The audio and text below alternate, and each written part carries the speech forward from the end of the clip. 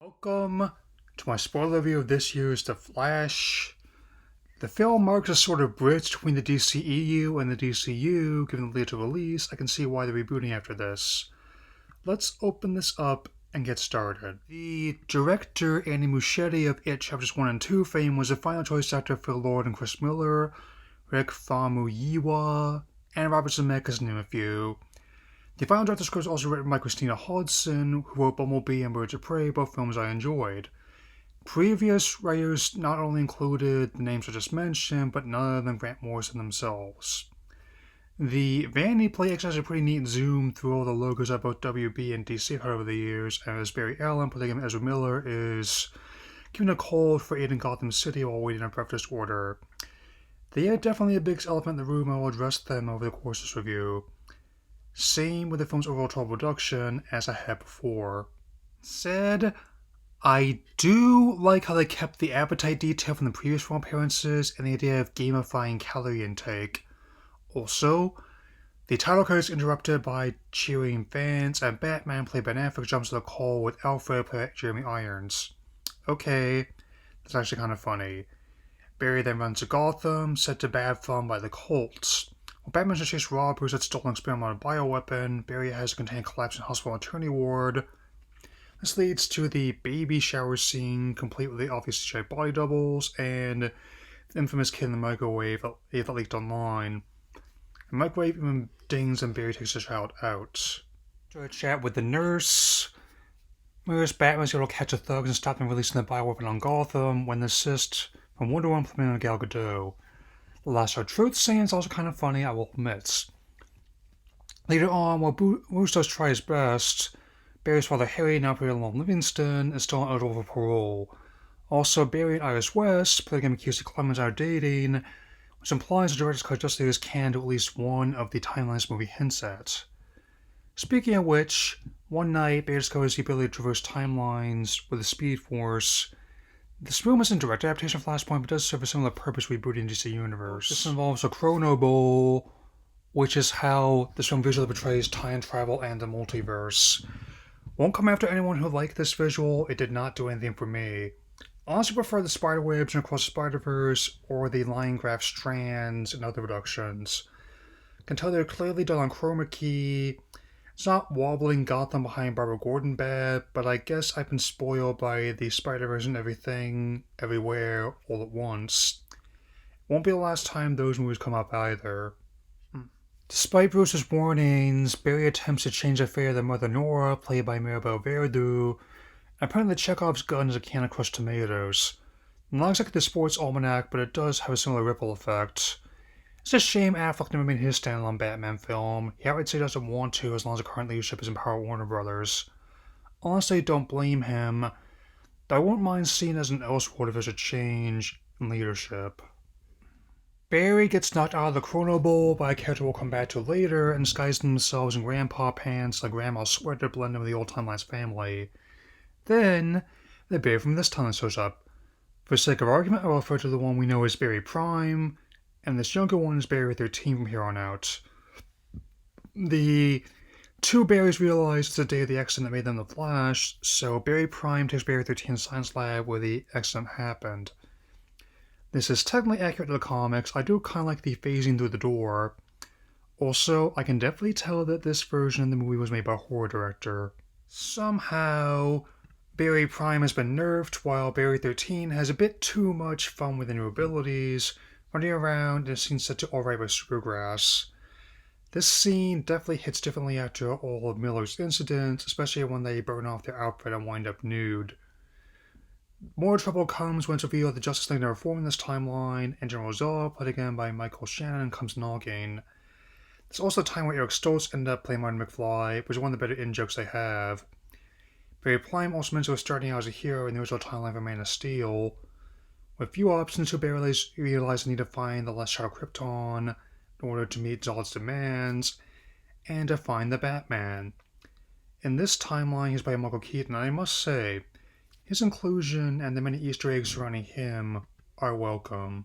After a brief scuffle in the kitchen, Bruce divulges that in the 30-odd years since the events Batman Returns, peace has been restored to Gotham, making it one of the safest cities in the world. The flip side of this coin is that left him without a purpose, having hung up the mask and becoming a recluse. He also has been prepared enough to explain the multiverse and the many potential timelines that Barry's messed with using the spaghetti their idiot's visual aid. I still prefer the noodle analogy from everything, everywhere, all at once, but it works in a pinch. Amid all the vintage bat suits and the laughing battles in the Joker's pockets, the Easter egg that got to me the most was this line from Barry Prime: "You had an Alfred." As Bruce looks at the pen he once had, this tribute ended up being more impactful than any CG double ever could, more on that later. With Michael Goff's passing in 2011 age 94, so passed this timeline's Alfred Pennyworth, the Wayne Butler, and the closest thing Bruce had to a father to losing his parents. Another aspect I really like is this timeline's Bruce and the upgrades it gave to his gear. Divisive comments aside, Paul D. Asterberry did do a good job following what Anton Furst and Boelch did with their production design, and Bob Raymond was even consulted by Executive Byrne about the costume design. After a shave and a haircut, 2 bits, slips into the upgraded badge like I never left. I'm Batman. Though we don't see in the theatrical cut, a joyride in the 1989 Batmobile was filmed and used in promos. I do like the upgrades given the Batwing as bats and the Barry's Fly Siberia, which now has director seats and a wider turning radius. The Kryptonian is being held prisoner in Siberia, and a timeline where the Russian stealth threat isn't really a stretch anymore. I do like the joke where everyone with the science stuff and the janitors are packing heat. That said, it is familiar, and it leads to a fight which does show CG augments of this version of Batman. Some of this is unavoidable as Keaton is in his early 70s, but it collides with the admittedly great looking practical suit. It's like playing Arkham Knight with a 1989 Batsuit skin equipped. They find the prison cell, and while Bruce tries to hack it with his bat pager, Barry the Teen destroys electronic locks. However, it's not Superman they're freeing, but Supergirl, Kara Zor-El, played by Sasha Calle. For all this movie's faults, I do still love the music from the previous Keaton films, and Benjamin Wolfish did a great job arranging it. Likewise, Calle's welcome inclusion is Supergirl, and I hope she's kept around after the reboot, even as an Elseworld. Though Kara is reluctant to help save humanity, she does realize the gravity situation when Zod comes looking for her. Moreover, Barry Prime decides to recreate the experiment that led to their origin in the Batcave. Bat-kite aside, I can definitely tell this scene was filmed by a horror director. Kara helps restore Barry Prime the Eye of the Storm, and Barry the Teen makes a new suit of a backup bat suit. With all the iffy special effects in this movie, the use of the 2 Barrys works fine. Combination of old tricks with body doubles and new digital system of volume. Will also admits, as Keaton's Batman films are the most quotable ones ever seen, the call and response worked on me. You want to get nuts? Let's get nuts. The heroes fly to the final battle in a military base. While I understand how some people felt about the destruction in the earlier DCEU movies, the consensus about this part among me and others felt like an overcorrection of sorts. That, and it looks like a game of Injustice 2 once the fight gets going. I do like the use of Salute Your Solution by the Raconteurs, though. Zod reveals that Kal-El never made it to Earth, and both Supergirl and Batman suffered brutal defeats. Finally giving me an answer about whose blood that was in Bruce's sigil. I would feel worse about their fates if it didn't look like a PS3 cutscene. Not even one like Grand Theft Auto 4 or Metal Gear Solid 4, but like one of those weird licensed games in the mid-2000s. To try to correct the mistake, we're greeted by Dark Flash, who went mad for ages not to bury Prime out of the Chrono Bowl. Suppose they're responsible for Nora's fate. As usually Reverse Flash or Zoom, the movie doesn't really say either way, and that's just a best guess on my part. Now comes the most infamous sequence, the final Chrono Bowl. We see glimpses of Adam West's Batman, a Jake Garrick Flash who was not played by Teddy Sears but by co-editor Jason Ballantyne, and the infamous inclusion of Superman from the 1950s TV series and 1978-1987 films. On top of an old interview with Christopher Lee, we assume seen trending because of the scene. Despite claims otherwise, the filmmakers did not clear the sequence the estates of the deceased actors, even pulling audio from YouTube clips. Smooth. Ethical landmines aside, the whole sequence just looks visually awful. I mean, even the in-joke of the Nicolas Cage Superman complete with mechanical spider ball looks rough. Typically don't get into discourse from Marvel visual effects, too easy to target, but they nailed that final portal sequence in Avengers Endgame. Also, Don't know why they insist on this kind of CGI when they have archive footage for most of these characters, even put out 4K copies of their appearances recently this year. Despite Barry 13's objections, Barry Prime realizes what's been done must be undone. We do get one last goodbye with no that works fine, as well as one more subtle change for Harry. Guess the timeline where he's still on the inside is where he still played Billy Crudup. Still, nowhere near the end of No Way Home, with finale everything, everywhere, all at once. Sometimes multiverse, less is more. The film closes on Barry finally getting Harry paroled, but that's not all. This ending was changed at least 3 times, with scenes from earlier cuts even showing in promotional clips. One features Henry Cavill as Superman and Wonder Woman, a second features both Keaton and Supergirl outside the courthouse. Either one would have made a better bookend to both this movie and the last 10 strange years of this franchise. Instead, we get George Clooney as Bruce Wayne meeting Barry. Timeline implications aside, I understand if they changed the ending because pre-audience didn't respond well to it, but they did. They just seemed to change it because they could. That and the Brave and the Bold is going to cast someone new, so I might as well wrap this up.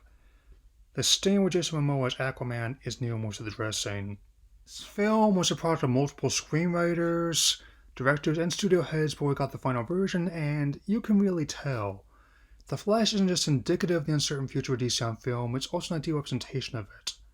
Despite everything, this may not have been the disaster I envisioned, but it's also not the best superhero film since Dark Knight and No Way Home. Posting not even Black Adam, which is Fury of the Gods. Actual critical and audience feedback will post-release seem more mixed than few supposed early screenings. That's only one part of the puzzle. If they weren't planning the reboot, I have a feeling they would have anyway after the movie's numbers came in. Early estimates had the opening weekend tracking from $70 to $140 million. How much did it actually make? Roughly $55 million. That's less than Guardians of the Galaxy Volume 3, John Wick Chapter 4, Across the Spider-Verse, and the two Super Mario made in their opening weekends. It had a second weekend drop of 73%, the worst in the entire franchise. Again, both Wonder Woman 84 and 2021's The Suicide Squad dropped less. Those both came out simultaneously on streaming during the pandemic. Much like the second Shazam, they shortened their initial plan for digital release. Ultimately, the film made $108 million domestically and $268 million worldwide on a minimum $220 million budget. The film stands to lose millions, functionally rendering their rationale for shelving Batgirl worthless. Talk persists of that film being released in Elseworld.